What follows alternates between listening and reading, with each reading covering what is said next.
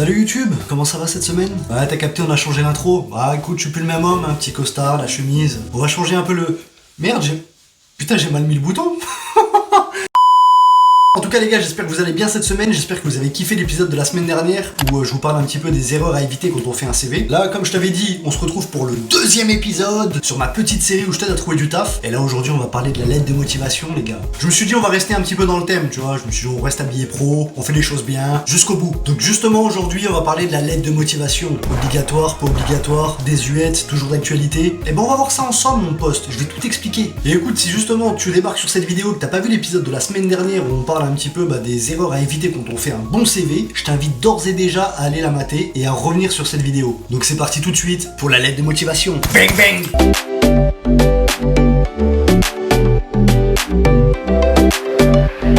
Alors selon vous, obligatoire, pas obligatoire, est-ce qu'il faut une lettre de motivation? Mets la réponse en commentaire tout de suite mon poste. Il faut augmenter le référencement de cette vidéo. Et je sais pas pourquoi je parle comme ça. Bah écoute, en fait je vais te dire ça dépend. T'as peut-être la moitié des recruteurs qui vont te dire si la lettre de motivation elle est toujours obligatoire, il la faut absolument. Et t'as l'autre partie des recruteurs qui vont te dire plus tellement aujourd'hui, puis ça dépend un petit peu des postes pour lesquels tu postules. Écoute, selon moi, si tu postules à un poste avec des responsabilités et qui nécessite forcément à un moment ou à un autre des qualités rédactionnelles, bah je vais te conseiller quand même de faire une lettre de motivation. Puis c'est un peu l'objet de cette vidéo. Si je te dis y'a pas besoin de lettre de motivation, c'est bon, vidéo terminée les gars, à la semaine prochaine, peace. Appelle pas Rey, estoy el rey. Non, tu te doutes bien que je vais te dire qu'il faut une lettre de motive. Et vu que quand tu postules, tu sais pas sur qui tu vas tomber, tu sais pas si tu vas être sur un recruteur qui va te dire non c'est bon, pas de lettre de motive, chill, tranquille, mets-toi bien. Ou alors le recruteur qui va te dire bah mec, elle est où la lettre de motive? Je te conseille pour maximiser un petit peu toutes tes chances d'en faire une. Jusqu'ici tu vas te dire ça fait 5 minutes que je blablate, je t'ai toujours pas expliqué comment on fait une bonne lettre de motive. Tranquille mon poste, on a le time. Va te chercher un petit café et on se met bien. C'est quoi, moi aussi je vais faire la même chose, je vais m'en chercher un. Hop.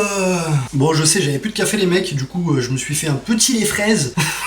Le lait fraise, j'avoue, c'est vraiment la boisson de gonzesse, tu vois. Oh, tu veux un petit lait fraise? Donc, où est-ce qu'on en était? Bon les gars, la première chose à faire, et surtout à ne pas faire, c'est à pomper une lettre déjà toute faite. Une bonne lettre de motive, les mecs, ça se personnalise forcément. Tu peux quand même aller jeter un œil pour aller voir certaines lettres, à quoi ça ressemble, comment ils formulent, comment ils font certaines tournures de phrases. Mais les mecs, interdiction de copier-coller. Parce que déjà, si tu postules à un poste de livreur et que ta lettre de motive elle correspond à un gars qui peut être comptable, tu te doutes bien qu'il y a un souci quelque part. Bon, je vais pas te faire l'offense de t'expliquer la mise en page d'une lettre de motivation, on va pas exagérer hein. Mais au cas où dans le doute, t'inquiète, je dirai rien, j'ai rien vu. Donc là mon poste, un truc qui peut être sympa quand tu rédiges une lettre de motivation et que tu réponds à une offre d'emploi, c'est de l'adresser directement à la personne en charge du recrutement. Si le nom de la personne n'est pas cité directement sur l'offre d'emploi, moi ce que je te conseille de faire, c'est d'aller jeter un œil sur leur site internet, peut-être d'aller sur LinkedIn, ou même d'appeler directement l'entreprise et de poser la question à qui tu peux adresser directement ta candidature. Ça, il y a très peu de personnes qui le font. Je te conseille mon poste de faire cet effort. Ça peut être bien vu. Concernant la taille de votre lettre de motivation, les mecs, franchement je vous dirais une page. C'est amplement suffisant. Bon, si vous blablatez beaucoup, une page et demie, mais au-delà de 2 pages, c'est trop. Et tu vois, le fait de pouvoir tout caser en une seule page, ça montre que vous avez un esprit synthétique et que vous savez synthétiser vos idées. Bien sûr, comme toujours, attention à l'orthographe et n'oubliez pas de justifier votre texte sur Word. Voilà, ça permet d'avoir une lettre beaucoup plus propre. Bon voilà, ta mise en page est faite, tout est nickel, tout est propre, t'as même mis l'objet, hein, t'as même mis l'objet de la lettre et tu te demandes comment tu commences à rédiger. Bah écoute, je vais te donner une astuce mon poste, tu vas voir que tu vas kiffer, elle va t'être super utile.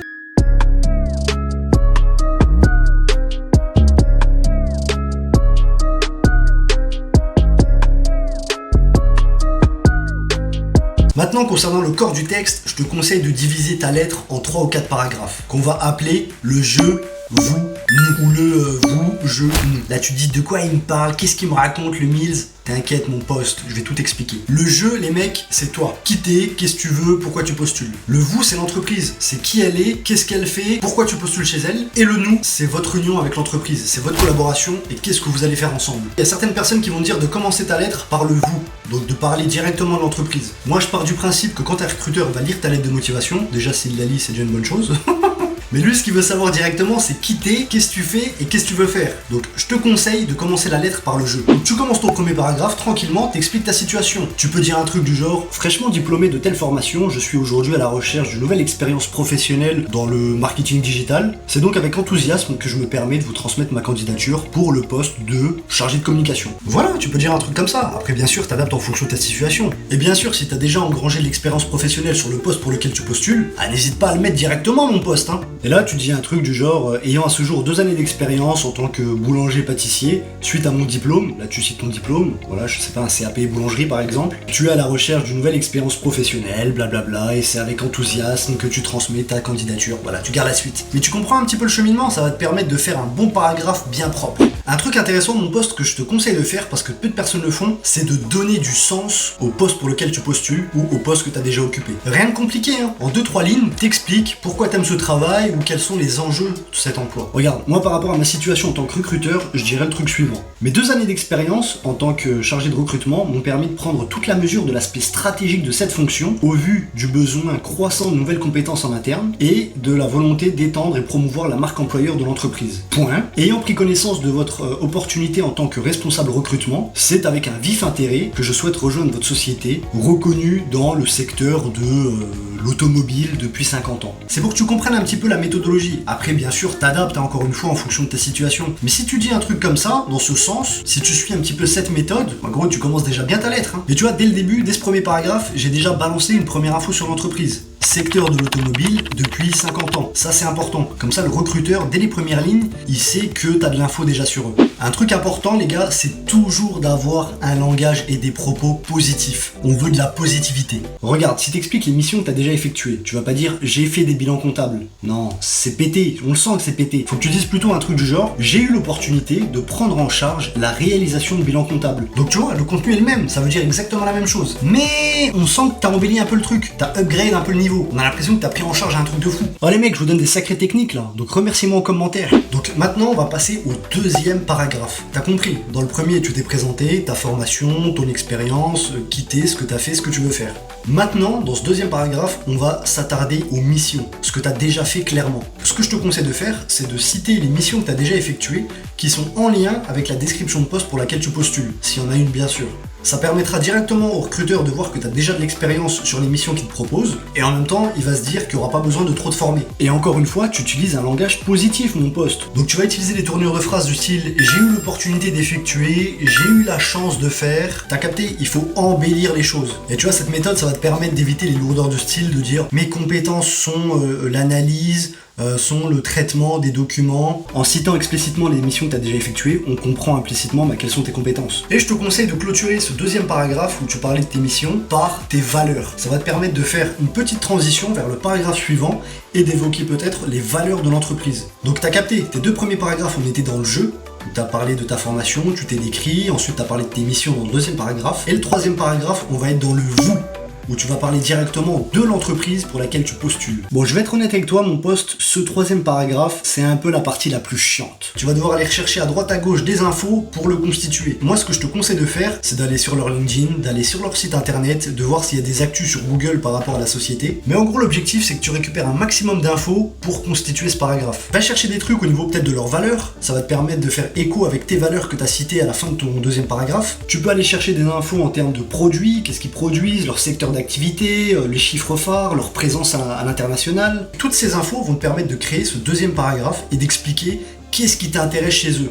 Pourquoi tu postules chez eux. Si tu souhaites mettre en avant les produits, explique que toi tu es un client de leur société, pourquoi tu apprécies leurs produits, pourquoi tu vas chez eux acheter ces produits, tu vas pas chez les concurrents. Tu vois, c'est vraiment important de créer une histoire, de créer du lien. Et encore une fois, je dis pas que c'est facile, va falloir se poser quand même 5-10 minutes et y réfléchir. De toute façon, il y a rien sans rien. Si tu veux faire une bonne lettre, il faut s'investir un petit peu les mecs. Et enfin, le quatrième paragraphe, les mecs, le nous, tu vois, c'est vous et la société, c'est votre collaboration. En gros, mon poste, dans ce paragraphe, tu vas devoir te projeter dans ta collaboration avec la société. Tu vas devoir expliquer aux recruteurs en quoi t'intégrer dans leurs équipes va non seulement t'apporter quelque chose, mais aussi et surtout, qu'est-ce que tu vas leur apporter. Ah bah oui mon poste, s'il n'y a pas d'intérêt à te recruter pour eux, ah gros c'est pas le monde des bisounours, oublie. À ce moment-là, tu peux dire un truc du genre, intégrer votre équipe de, je sais pas, vendeur, commercial ou enseignant, me permettra d'élargir mes compétences dans ce secteur d'activité compétitif au sein duquel votre société prospère ou démontre son expertise depuis X années. Ainsi, ensemble, nous pourrons développer votre présence à l'international et harmoniser vos différents process. Bon, t'as capté, là je suis en train de dire de la merde, mais c'est pour que tu comprennes le cheminement et la méthodologie, la manière dont il faut exposer et expliquer les choses. En gros, si tu veux que ta candidature fasse mouche, il faut que tu mettes le doigt sur leurs problèmes, sur leurs besoins, et ainsi que tu te positionnes comme la personne compétente qui va les aider à satisfaire leurs besoins ou à résoudre leurs problèmes. Mec, si t'arrives à faire ça, Le boulot est quasi fait, t'as l'entretien déjà de planifié, t'es propre. À toi de gérer l'entretien et c'est bon. Bon voilà, dans ce paragraphe, n'hésitez pas à réitérer encore une fois votre motivation à les rejoindre, à rejoindre un environnement qui est dynamique, qui est challenging. Les sociétés aiment bien ça, que les candidats aient en tête les difficultés liées au poste et à l'environnement. Voilà, ça permet de savoir où est-ce qu'on met les pieds. Eux, ça les rassure que vous ayez conscience de ça. Donc voilà, vous avez vos 4 paragraphes, le jeu sur 1 ou 2 paragraphes, comme vous le souhaitez.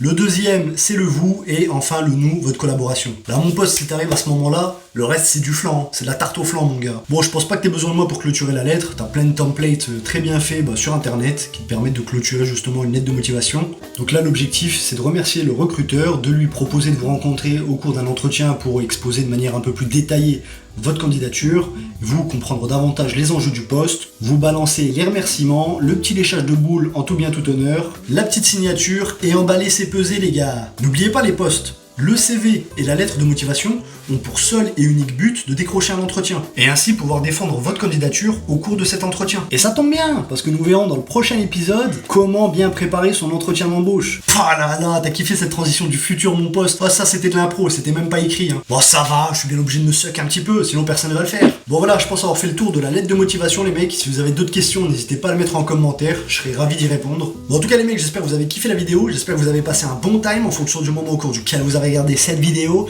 Et je vous dis à la semaine prochaine les mecs, peace. Appelle pareil, estoy el rey. Personne ne te fait de l'ombre quand tu rayonnes comme le soleil. M'appelle pareil, estoy el rey. Avance et travaille quand les autres sont plongés dans le sommeil. M'appelle pareil, estoy el rey. Je travaille pour que chacun de mes lendemains devienne un jour